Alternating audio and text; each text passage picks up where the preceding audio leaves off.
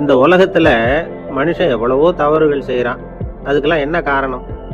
அதை பத்தின ஆராய்ச்சி தான் இன்னைக்கு. இதுக்கு ஆராய்ச்சி என்னத்துக்கு? அது தெரிஞ்ச விஷயம் தானே அப்படின்னு நீங்க நினைக்கலாம். ஆனா அப்படி அலட்சியமா இந்த விஷயத்தை விட்டுறக்கூடாது.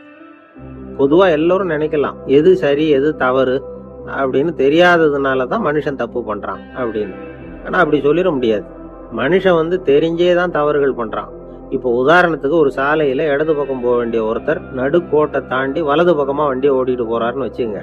என்னப்பா இது தப்பு இல்லையா அப்படின்னு அவர்கிட்ட கேட்டா, அதெல்லாம் எனக்கு தெரியும், நீ உன் வேலையை பார்த்துட்டு போ அப்படிம்பார். வலது பக்கமா போறது தப்புன்னு தெரிஞ்சே தான் அவர் அப்படி செய்யறாரு, அப்படி போறார். பெரிய உத்தியோகத்துல இருக்கிறவங்க கூட லஞ்சம் வாங்குறாங்க.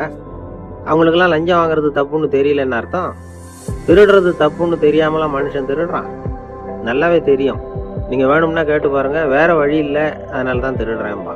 திருடுறது ஒரு புண்ணியமான காரியம்னு திருடனே கூட சொல்ல மாட்டான். திருடுறது தவறுங்கிறது திருடனுக்கு தெரியும் அப்படிங்கிறத விளக்கறதுக்காக ஒரு பெரியவர் ஒரு கதை சொன்னார். அதாவது 2 திருடர்கள் 2 பேரும் சேர்ந்து ஒரு வீட்டுக்கு போய் ஒரு 10,000 ரூபாயை திருடிட்டு வந்துடுறாங்க. ஒரு காட்டு வழியா வந்துட்டு இருக்கிறாங்க. இன்னும் விடியல. 2 பேருக்கும் தூக்கம் கண்ணை சுத்துது. சரி, இப்படியே ஒரு மரத்தடியில படுத்து தூங்குவோம், காலையில விடிஞ்சதும் இந்த பணத்தை 2 பேரும் பங்கு போட்டுக்குவோம் அப்படின்னு முடிவு பண்றாங்க. அதே மாதிரி படுத்து தூங்குறாங்க. நடு ராத்திரியில ஒரு திருடன் முழிச்சுக்கிறான். விடிகிற வரைக்கும் காத்துக்கிட்டு இருந்தா 5,000 ரூபா தான் கிடைக்கும், இப்பவே கம்பி நீட்டினா 10,000 ரூபா கிடைக்கும் அப்படின்னு யோசிச்சு பார்த்துட்டு ஒரு முடிவுக்கு வந்தான். மெதுவா அந்த 10,000த்தையும் சுருட்டிக்கிட்டு அடுத்தவனுக்கு தெரியாம ஓடி போயிட்டான். விடியுது. அடுத்தவன் எழுந்திரிச்சு பாக்குறான். பணத்தையும் காணல, பாகஸ்தனையும் காணல. இந்த திருடன் அந்த திருடனை திட்டுறான், திருட்டு பய, அயோக்கிய பய, இப்படி அநியாயமா கிளப்பிட்டு போட்டானே அப்படிங்கிறான். இதுல இருந்து என்ன தெரியுது? தெரியாம எடுத்துக்கிட்டு போறது திருட்டு, அயோக்கியத்தனம், அநியாயம் அப்படிங்கிறது இவனுக்கு தெரிஞ்சிருக்குது. அதனாலதான் அடுத்தவனை பார்த்து இப்படி திட்டுறான். அதனால தெரியாததுனால மனுஷன் தவறு பண்றான்னு சொல்றது சரியில்லை. அப்படின்னா மனுஷன் பண்ற தவறுகளுக்கு உண்மையான காரணம் தான் என்ன? இதே சந்தேகம் அர்ஜுனனுக்கும் வந்துதான்.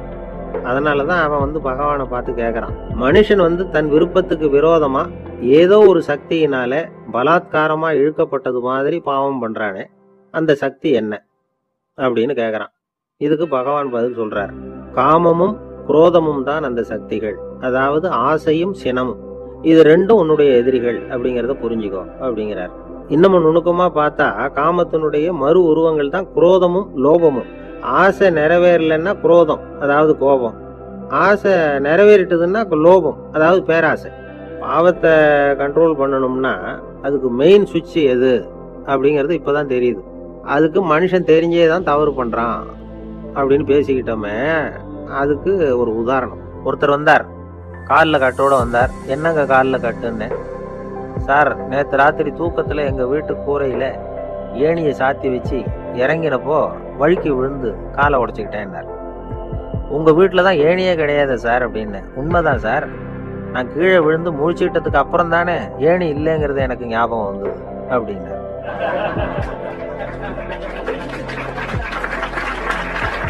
மீனம்பாக்கம் ஏர்போர்ட், அங்க ஜப்பானுக்கு போக வேண்டிய ஒரு பிரயாணி லக்கேஜோட நிக்கிறார் நிறையா. இதை வாங்கி பிளேன்ல ஏற்றக்கூடிய ஒரு தொழிலாளி அவர்கிட்ட ஒரு சண்டை போடுறாரு, அடிக்க போறாரு, திட்டுறாரு, கண்ணாமன்னு திட்டுறாரு. அவரு இதை ஒருத்தர் பார்த்துக்கிட்டே இருக்காரு. அந்த சினம் தவிர்த்தல் பயிற்சி கொடுக்குற பேராசிரியர் ஒருத்தர் பார்த்துக்கிட்டே இருக்காரு. இது எப்படி இந்த ஆள் அவ்வளவு கோபமா அடிக்க போறான், திட்டுறான் அந்த பெரிய மனுஷன், ஒரு பதிலுக்கு அவர் திட்டவே இல்லையே. அந்த தொழிலாளி சிரிச்சுக்கிட்டே சரி சார் சரி சார் அப்படின்னுட்டே இருக்கான். இவர் லக்கேஜை வாங்கி பிளேன்ல ஏற்றுற தொழிலாளி இவன் கண்ணாமன்னு அடிக்க போறான், திட்டுறான், முகம் செவந்து போச்சு. இவருக்கு என்ன ஆச்சரியம்னா, இந்த ஆள் இவ்வளவு கோவப்படுறான். அதை வாங்கி அந்த தொழிலாளி கொஞ்சம் கூட முகத்துல கோவமே படலையே, சிரிச்ச முகத்தோட இருக்கானே, இவன் நமக்கு பயிற்சி வகுப்பு எடுக்கலாம் போல இருக்க அப்படின்னு இவர் நினைச்சுட்டார். ரொம்ப நேரம் அவர் கத்திக்கிட்டு இருந்தார். சரி சார் சரி சார்ன்ட்டு அதை வாங்கிட்டு அவர் போயிட்டார். போனதுக்கு அப்புறம் இந்த ஆளு அப்புறம் பிளேன் வந்தது, ஏறி அவர் போயிட்டார், ஜப்பானுக்கு போயிட்டார். அதுக்கப்புறம் இந்த சினம் தவிர்த்தல் பேராசிரியர் ஓடி போய் அந்த தொழிலாளியை பிடிச்சி கொண்டு வந்தார். இதை பாருப்பா, நான் காலையிலேருந்து பார்த்துக்கிட்டு இருக்கேன், அந்த ஆள் உன்னை அடிக்க வந்தான், திட்ட வந்தான், இவ்வளவு கோவப்படுறான், உனக்கு பதிலுக்கு நீ கோவமே படலையே, உனக்கு கோவமே வராதா? அது எப்படி நீ சினம் தவிர்க்கிறது, எப்படி உனக்கு கோவமே வரலையா அப்படின்னு கேட்டிருக்காரு. அப்ப அந்த தொழிலாளி சொன்னாரா, அப்படி இல்லை சார், மனுஷன்னு பிறந்தா கோவம் படாம இருக்க முடியாது, எல்லாருக்கும் கோவம் வரும், அது அவங்கவுங்க வழியில டீல் பண்ணுவாங்க, நான் அதை என் வழியில டீல் பண்ணேன், அவ்வளவுதான். அப்ப அவர் திட்டும் பொழுது உனக்கு கோபம் வந்ததுதானே? வந்தது சார். அது எப்படி டீல் பண்ணேன்னு கேட்டிருக்காரு. அப்ப இவன் சொன்னான், ஒன்றும் இல்லை சார், அந்த அந்த பிரயாணி வந்து இப்போ ஜப்பானுக்கு போயிட்டு இருக்காரு. அவர் லக்கேஜ் எல்லாம் அமெரிக்கா போயிட்டு இருக்கு.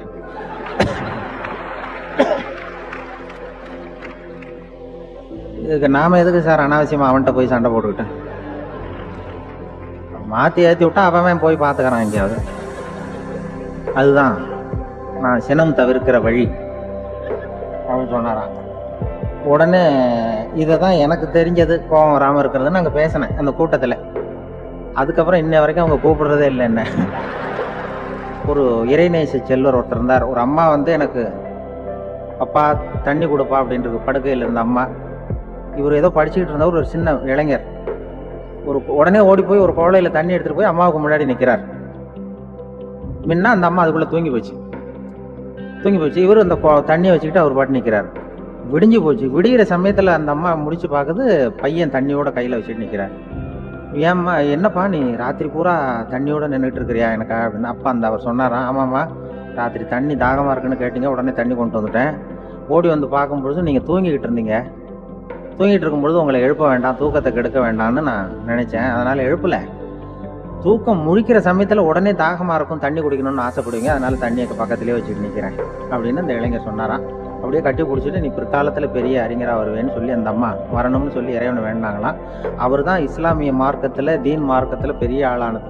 அதாவது ஷர்புதீன் யாஹ்யான்னு ஒருத்தர், ஒரு பெரிய இஸ்லாமிய பேரறிஞராக வந்தார். இப்படி அம்மா பேரில் பாசமாக உள்ளவங்கலாம் இருந்தாங்க நிறைய. அப்படி அந்த குடும்பத்தில் வந்து அந்த பாசம் நேசம் எவ்வளவு இருக்கோ அவ்வளவுக்கு அவர்கள் உயர்வார்கள்ங்கிறது தான் நம்முடைய பெரிய இதெல்லாம் பெரியவங்கள்லாம் சொல்லியிருக்கிறது அதுதான். அதனால தான் அந்த கணவனுடைய பங்கு என்ன, மனைவியினுடைய பங்கு என்ன, பிள்ளைகளுடைய பங்கு என்னங்கிறத பற்றி ரொம்ப விவரமாக சொல்கிறதுக்காக தான் அதை பற்றி நாம் சிந்திக்க வேண்டிய நேரம் இதுங்கிறதுனால தான்.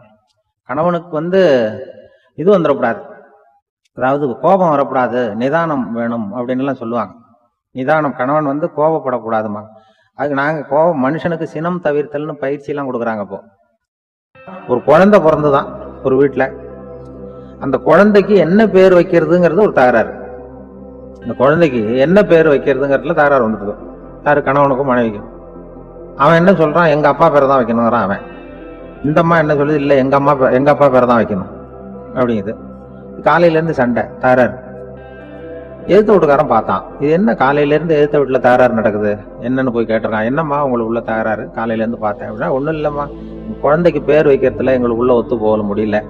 நான் வந்து எங்கள் அப்பா பேரை வைக்கணுங்கிறேன், அந்த அம்மா அவங்க அப்பா பேரை வைக்கணுங்குது. அதுதான் எங்களால் குடும்பத்தில் ஒரு நிம்மதி இல்லாமல் இருக்கிறோம், தகராறு பண்ணிகிட்டு இருக்கோம் அப்படின்னு. ஆனால் இப்போ எதிர்த்த வீட்டுக்காரன் சொல்லியிருக்கான், எதிர்த்த வீட்டுக்காரன்னு நான் எதுக்கு இருக்கிறேன், நான் பஞ்சாயத்து பண்ணி வைக்கிறேன். உங்களுக்குள்ள என்ன இது பேர் தானே வைக்கணும், ஏன்பா உங்கள் அப்பா பேர் என்ன அப்படின்னு அவனை கேட்டிருக்கான். எங்கள் அப்பா பேர் சீனிவாசன் அப்படின்ட்டுருக்கான். இந்த அம்மாவை உங்கள் அப்பா பேர் என்னம்மா, கிருஷ்ணன் அப்படின்னு சொல்லி. இவன் யோசிச்சு பார்த்தான், குழந்தைக்கு சீனிவாச கோபாலகிருஷ்ணன் பேர் வைங்க போங்க அப்படின்ட்டு போயிட்டான். தீர்த்து வச்சுட்டு போயிட்டான். போனதுக்கு அப்புறம் இவங்க ரெண்டு பேரும் பேசிக்கிட்டாங்க.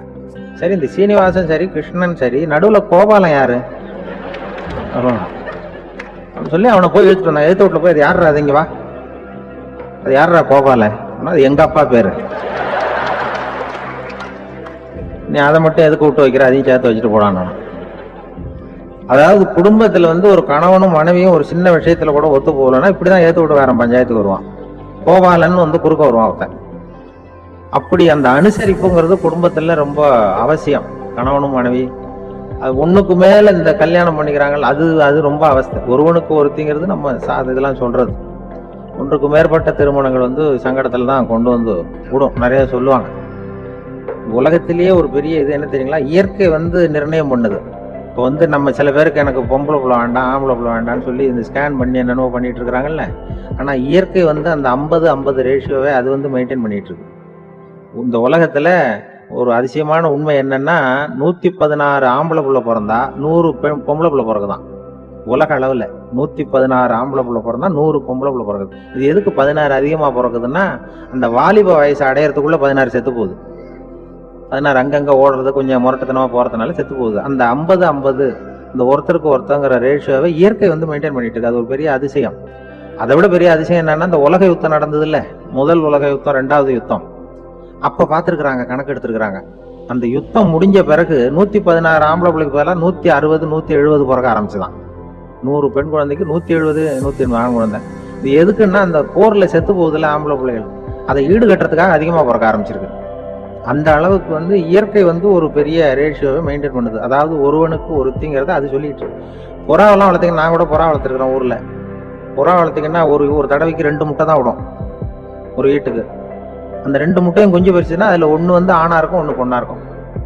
அது எந்த முட்டை ஆண் எந்த முட்டை பெண்ணுங்கிறத இயற்கை நிர்ணயம் பண்ணுது. அதை நம்ம மாற்றவே முடியாது. ரெண்டையும் அந்த பெண்ணாவோ ரெண்டையும் ஆணாவோ மாற்ற முடியாது நம்ம.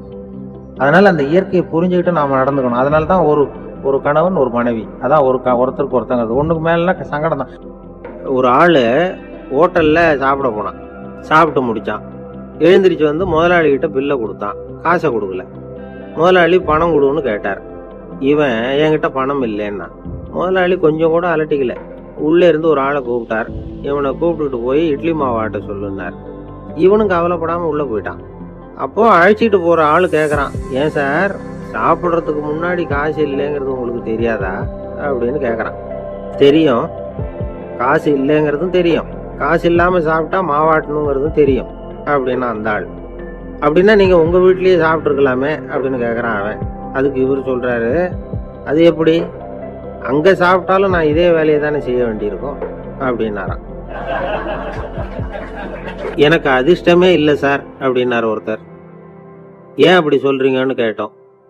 வியாபாரம் பண்ணலாம்னு ஒரு கடை வச்சேன், வேண்டியப்பட்டவங்க கூட என் கடையில எதுவும் வாங்க மாட்டேங்கிறான், எல்லாரும் அடுத்த கடைக்கு தான் போறான் அப்படின்னு சொல்லி ரொம்ப அழுத்துக்கிட்டார்.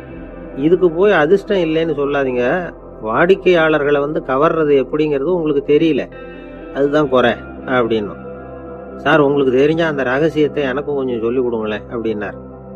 சரி உங்க காதை இப்படி கொடுங்க அப்படின்னு சொல்லி அது சம்பந்தமா பெரிய வல்லுநர்கள் சொல்லி இருக்கிற கருத்துக்களை அவர்கிட்ட சொல்ல ஆரம்பிச்சோம். அதாவது இந்த வாடிக்கையாளர்களை கவர்றதுக்கு வல்லுநர்கள் பல ஆலோசனைகளை ஏற்கனவே சொல்லி வச்சிருக்கிறாங்க. அது சம்பந்தமா அனுபவப்பட்டவங்க, அதை தெரிஞ்சு வச்சுக்கணும். அதாவது கடை வச்சிருக்கிறவங்க எல்லாரும் இதை கொஞ்சம் காதுல வாங்கி வச்சுக்கணும். எதை இப்ப சொல்ல போறத, எப்பவும் பணத்தை சம்பாதிக்கிறதுலயே குறியா இருக்கக்கூடாதான். அதை விட முக்கியமா நீங்க சம்பாதிக்க வேண்டியது வாடிக்கையாளர்களுடைய மன நிறைவு. வர்றவங்க திருப்தியோட போகணும், அது முக்கியம், அதுல கவனமா இருக்கணும்.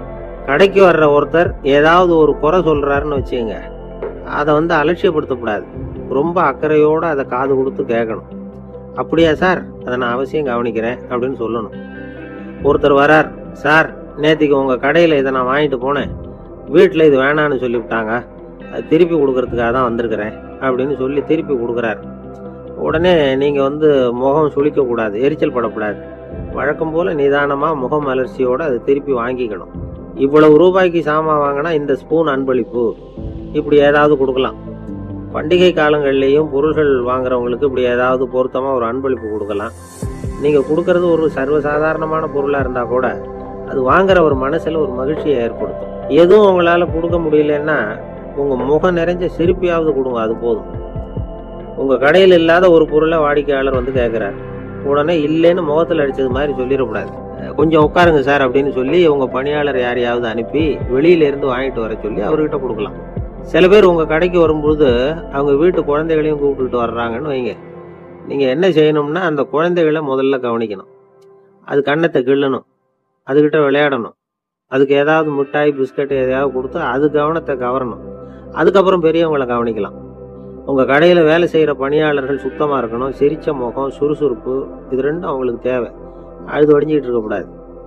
அப்புறம் இன்னொரு விஷயம், அதிகமா பொருள் வாங்குற ஒருத்தர்கிட்ட அதிக மரியாதையாகவும், குறைச்சலா பொருள் வாங்குறவர்கிட்ட வேற விதமாகவும் நடந்துக்க கூடாது.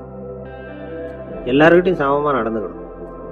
5 ரூபாய்க்கு வாங்கினாலும் சரி, 500 ரூபாய்க்கு வாங்கினாலும் சரி, அவங்க கிட்ட நீங்க காட்டுற மரியாதையில வித்தியாசம் இருக்கக்கூடாது. எல்லாத்துக்கும் மேல உங்க கடையில ஒரு பொருள் வாங்கினா அது உண்மையானதா இருக்கும், தரமுள்ளதா இருக்கும் அப்படிங்கிற நினைப்பு ஜனங்களுக்கு வரணும். அதனால தரமான பொருளையே நீங்க உங்க கடையில வச்சிருக்கணும். இது வரைக்கும் நான் சொன்னதையெல்லாம் கவனத்துல வச்சுக்கிட்டு நீங்க கடையை ஆரம்பிச்சீங்கன்னா வியாபாரம் பிச்சுக்கிட்டு போகும். அப்படி போகலன்னா அதுக்கப்புறம் கேளுங்க. ஏன்னா இந்த யோசனைகள்லாம் அனுபவப்பட்டவங்க சொல்லியிருக்கிற யோசனைகள். இந்த யோசனைகள்ல நீங்க எச்சரிக்கையா இருக்க வேண்டிய ஒரு விஷயம் உண்டு. அது என்னங்கிறதையும் தெரிஞ்சு வச்சுக்கிறது நல்லது. என்னுடைய நண்பர் ஒருத்தர் வந்தார். சார் உங்க யோசனையை கேட்டதுனால நான் ஒரு அறை வாங்கினது தான் மிச்சம்னார். என்ன ஆச்சுன்னு கேட்டேன். எங்க கடைக்கு ஒரு பெரிய அம்மா குழந்தைய தூக்கிட்டு வந்தாங்க சார். உங்க யோசனைப்படி அந்த குழந்தையோட கன்னத்தை கிள்ளணும்னு முயற்சி பண்ணினேன். திடீர்னு அந்த நேரம் பார்த்து அந்த குழந்தை தலையை குனிஞ்சுக்கிட்டுது. என் கையை வந்து குழந்தையோட கன்னத்துக்கு பதிலா அது தூக்கிட்டு ஒரு நாள் காலை நேரம் விட்டுது. ஒரு குரு அதுதான் அப்படி படுக்கையை விட்டு ஆயிட்டுது எழுந்திருக்கிறார். அப்படின்னார். கன்னத்தை தடவி உடனே சீடர்களை பார்த்து எல்லாரும் இப்படி வாங்கங்கிறார். எல்லாரும் வர்றாங்க வேகமா. என்னங்க வேணும் உங்களுக்கு அப்படிங்கிற மாதிரி எல்லாரும் குருவை பார்த்தாங்க பயபக்தியோட. குரு அந்த சீடர்களை பார்த்து, இதை பாருங்க, இப்போ நான் ஒரு சிக்கலான விவகாரத்தில் மாட்டிக்கிட்டு இருக்கிறேன், அதை நீங்கள் தீர்த்து வச்சா நல்லதுன்னார். சீடர்களுக்கு ஒன்றும் புரியல. என்ன இது இவர் இப்படி சொல்றாரு? நமக்குள்ள எல்லா விவகாரங்களையும் தீர்த்து வைக்கிறவர் நம்ம குருநாதர். அவருடைய விவகாரத்தை நாம தீர்த்து வைக்கிறதா? ஆச்சரியமா இருக்குதே, குருநாதருக்கே சிக்கலா அப்படின்னு யோசனை பண்ண ஆரம்பிச்சாங்க. இருந்தாலும் ரொம்ப பணிவா கேட்டாங்க, சுவாமி உங்களுக்கே சிக்கலா? இந்த உலகத்து சிக்கல்களுக்கும் சிரமங்களுக்கும் அப்பாற்பட்டவர் அல்லவா தாங்கள்? அப்படிப்பட்ட உங்களுக்கு சிக்கல்னா அது எப்படி அப்படின்னாங்க. எனக்கு ஏற்பட்டிருக்கிற சிக்கல் அவ்வளவு பெருசு, ரொம்ப பெரிய விவகாரம் அது அப்படின்னார் குரு. கொஞ்சம் விவரமா சொல்லுங்க அப்படின்னாங்க இவங்க. இப்ப அந்த குரு விவரத்தை சொன்னார். அதாவது நேற்று ராத்திரி நான் ஒரு கனவு கண்டேன். அந்த கனவுல நான் ஒரு பட்டாம்பூச்சியா மாறிட்டேன். அப்படி மாறி ஒவ்வொரு மலரா பறந்து போய் உட்காந்து தேன் சாப்பிட்டேன் அப்படின்னார். சீடர்கள் இதை கேட்டதும் ரொம்ப திகைச்சு போயிட்டாங்க. என்ன இது, இது ஒரு பெரிய பிரச்சனையா? ஒரு சாதாரண கனவு கண்டதுக்காகவா இந்த காலை வேளையில நம்மளையெல்லாம் குருநாதர் இவ்வளவு அவசரமா கூப்பிட்டுருக்கார் அப்படின்னு நினைச்சாங்க. இருந்தாலும் கேட்டாங்க, இதுல என்ன சிக்கல் சுவாமி? கனவுங்கிறது எல்லாருக்கும் வரத்தானே செய்யும் அப்படின்னார் ஒரு சீடர். சீடர்களே, பிரச்சனை அது இல்லை. நான் இன்னைக்கு காலையில கண்ணு முழிச்சு பார்த்தப்போ நான் வந்து நானாக மறுபடியும் மாறிட்டேங்கிறத தெரிஞ்சுக்கிட்டேன். இதுல சிக்கல் என்னன்னா, இப்ப அந்த பட்டாம்பூச்சி தான் நானா ஆயிட்டதாக கனவு கண்டுகிட்டு இருக்கா அப்படிங்கிறது தான். ஒரு மனுஷன் பட்டாம்பூச்சி ஆகிறதாக கனவு காண முடியுங்கிறப்போ அந்த பட்டாம்பூச்சியும் மனுஷனா ஆகிறதாக கனவு காண முடியும் இல்லையா? இப்ப எனக்கு யதார்த்த நிலை தெரியணும், எது நிஜம்னு தெரியணும். நேத்து ராத்திரி நான் கண்டது கனவா, அல்லது இது பட்டாம்பூச்சி கண்டுகிட்டு இருக்கிற கனவா? இதுதான் குரு கேட்ட கேள்வி.